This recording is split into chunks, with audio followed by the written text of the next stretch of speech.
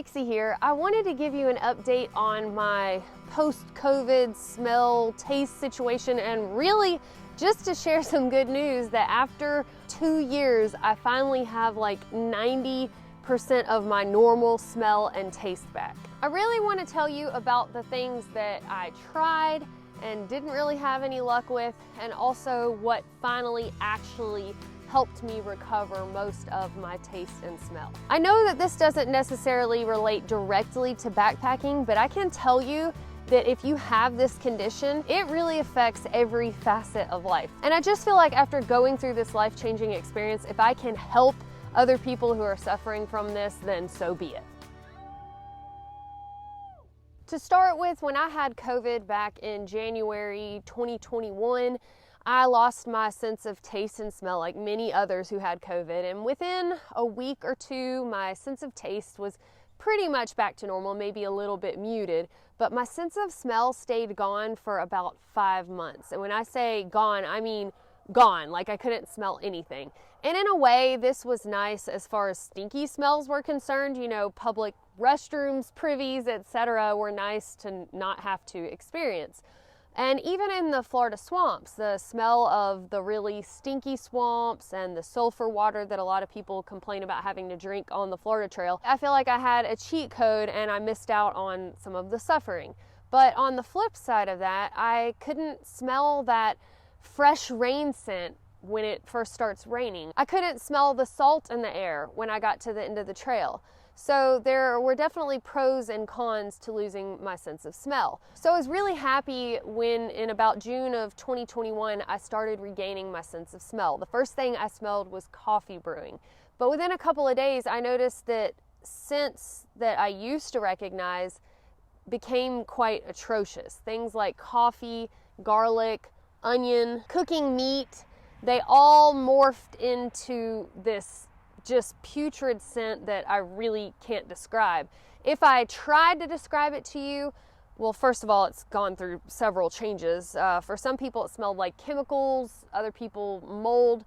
I would say for me, if you were to take a dumpster that had like really old trash in it, and you know all the liquid that would collect at the bottom of it, if you could tilt it to the side and pour that out into a big pot and then boil it, and, you know, try to drink that or serve it over the top of your food like gravy, that's kind of what things smelled and tasted like to me. Most of the people I personally knew were not having this experience. They were getting their sense of taste and smell back, and everything was normal as before.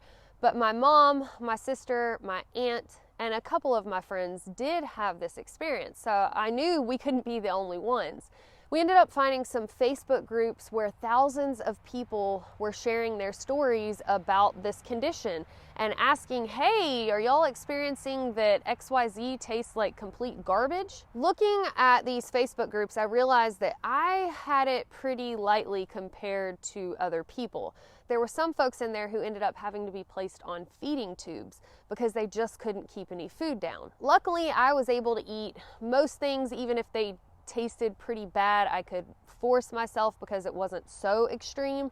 But unfortunately, my mom, my sister, and my aunt had it a lot worse than me, not to the extent of being placed on a feeding tube, but they did struggle with their weight. So all of us tried to go to doctors, different types of doctors even, and a lot of them weren't familiar with what parosmia was. Some of them tried to tell us it was all in our head or that this was a mental issue, and one doctor even told my sister, because she had lost so much weight, that this was just anorexia that she was dealing with. And most of the people in these support groups early on were having the same results when they would go with doctors. It was just door after door closed in your face. You know, it must be all in your head or you're making this up. There were quite a few trends that took place where folks in these groups would try different things, and somebody might see some success with something, so they would recommend it to everybody else. I think the first thing that came around that was completely bogus was the burnt orange trick, where you like cook this orange with other ingredients and let it burn, and then you're supposed to eat it. Again, that was completely left field, and I don't think anybody saw actual success from that, but they were willing to try it. There were some chiropractors who stepped up and came up with a few different things to try, and it seemed like there were minimal results from a certain head thump trick first, I thought it was somebody just trying to troll the group and get us to thump one another in the head, but we did. For my family, that didn't work. I did scent training with essential oils for quite a while. I saw a lot of YouTube videos recommending that, and I did see minimal results from that, but nothing significant.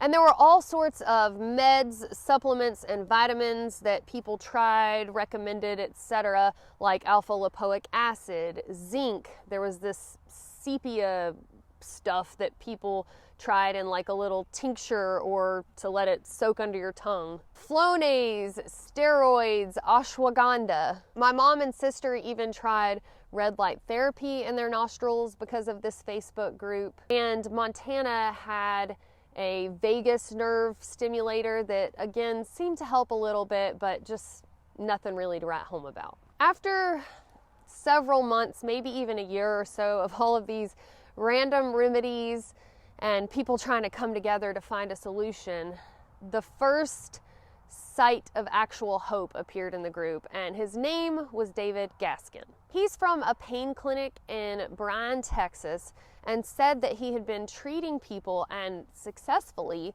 for parosmia by using a procedure known as a stellate ganglion block. This procedure is not a new one. It's often used for people who are experiencing pain, PTSD, anxiety, stress, etc., but it was a new thing to use this for post-COVID symptoms. So we kept an eye on David, and he would come in the group, answer people's questions about the block. We saw folks traveling from all over to go to him, and most of them were having success, and success meaning an improvement of 50% or better. Traveling to Texas seemed like quite the gamble, so Mom and I thought, well, what if we were to schedule the same procedure at a pain clinic here in Alabama?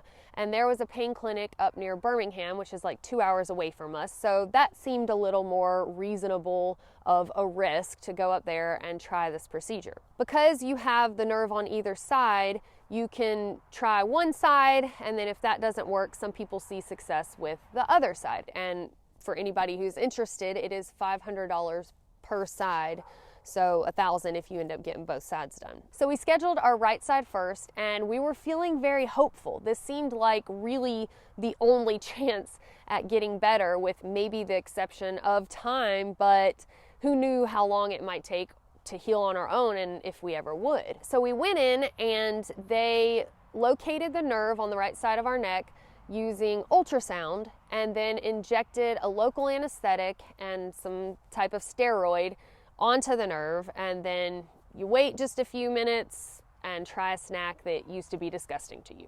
Mom and I were so excited to try some chocolate-covered espresso beans, and unfortunately, within the first couple of chomps on one of those beans, we both knew that it hadn't worked for us. And we both cried.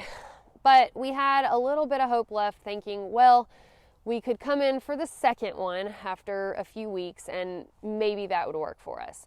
We went in for the second one, and Mom especially saw some improvement. She was able to eat iceberg lettuce again, which had been disgusting to her before, but still, it just wasn't the results that other people had been raving about from the stellate ganglion block. For a while after that, I think we just felt really defeated and didn't want to get ourselves hyped up again just to get let down. But Mills women have a way of just not giving up and giving in. So after about 6 months, we dusted ourselves back off, and I said, you know what?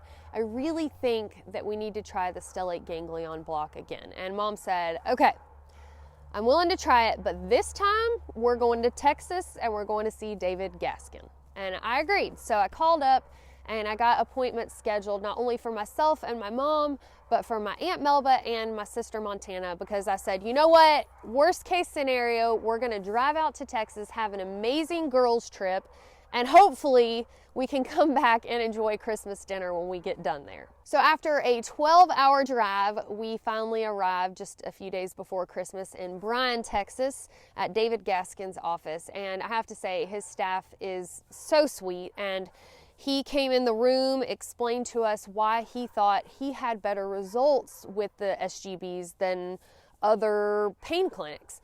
And it made sense to me. He said that a lot of pain specialists focus on long-term pain blocking. So they use local anesthetics that are long lasting and that also maybe take a long time to kick in.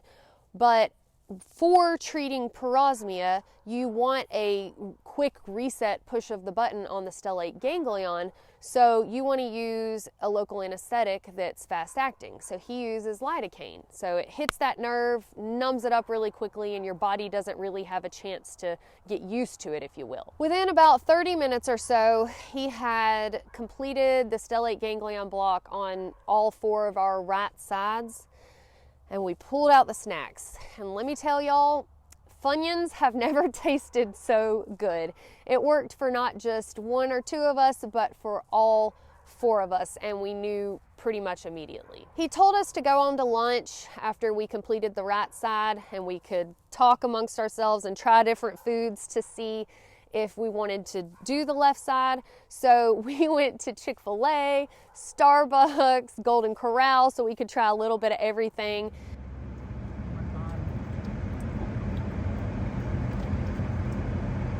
I don't taste the COVID taste. It tastes normal. Like it tastes like no COVID. So over lunch we discussed it, and while we could tell that it was a major improvement, we felt like we had already come all of this way. We were there in Texas, and we might as well maximize our positive results by getting the other side done.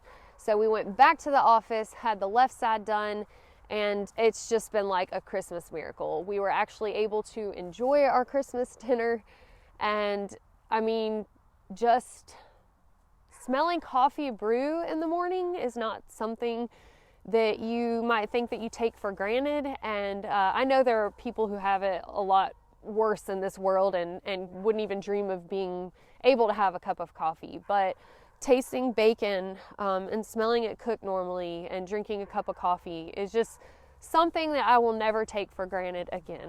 And while things are mostly back to normal, there are still some things that are off. So that's why I say I'm probably at like 90%, because gasoline, shampoo, and body wash is still a little weird, and ham on Christmas was still not normal. But David also explained to us that it might be difficult for some people to remember what normal is and to just focus on what's not disgusting anymore, because a lot of things we have to relearn what is normal. I honestly cannot tell you for sure that I remember what certain things taste like after 2 years of not tasting them. After you look at something and you put it in your mouth and it tastes a certain way for 2 years, it's really hard to remember what it used to taste like. For example, steak. I think I know what it used to taste like, and it's not disgusting anymore, but I can't be 100% sure that that's what it used to taste like. It's a strange thing, and until you experience, I don't think that you can really understand it. And just a heads up, David is a nurse and not a doctor, and he received a lot of flack in the Facebook group. Some people said that he was a snake oil salesman or whatever, and not a doctor, just a nurse. But I'm here to tell you, he helped us, and I don't care what title is behind his name. But I think the best part of all of this for me is seeing my sister and my mom and my aunt eat again, because it was the most miserable experience knowing that they had it worse than I did, that they were suffering more than I was. You know, I felt guilty, and sorry for getting emotional, but watching them struggle to maintain their weight because they weren't able to eat a good diet, and were so turned off by food that they didn't want to eat. I think it's like the best Christmas present, getting to watch them just sit and actually smile and enjoy their food again. When we were leaving David Gaskin's office, I told him that I couldn't ever thank him enough for helping us, and he said that he refuses to take credit for people healing and for the success that he has, but forget that, I'm giving it to him anyway, because not only was he able to actually help us, but because he is one of the first people who actually recognized and heard people when they said they were going through this and didn't just treat us like we were crazy or making it up. Before I go, I just want to say thank you so much to everybody who threw out suggestions over the years and who checked up on me and actually cared that I was going through this. It really means a lot to me. And as this year comes to an end, I also want to say thank you so much for all of the support throughout the years. In April of 2023, it will be 8 years that Homemade Wanderlust has been a thing, and it couldn't be without all of you watching. So I hope all of you had a very Merry Christmas, and I'm wishing you a Happy New Year. I hope 2023 is your best year yet, and we'll see y'all next year. I think so. Y'all are too much.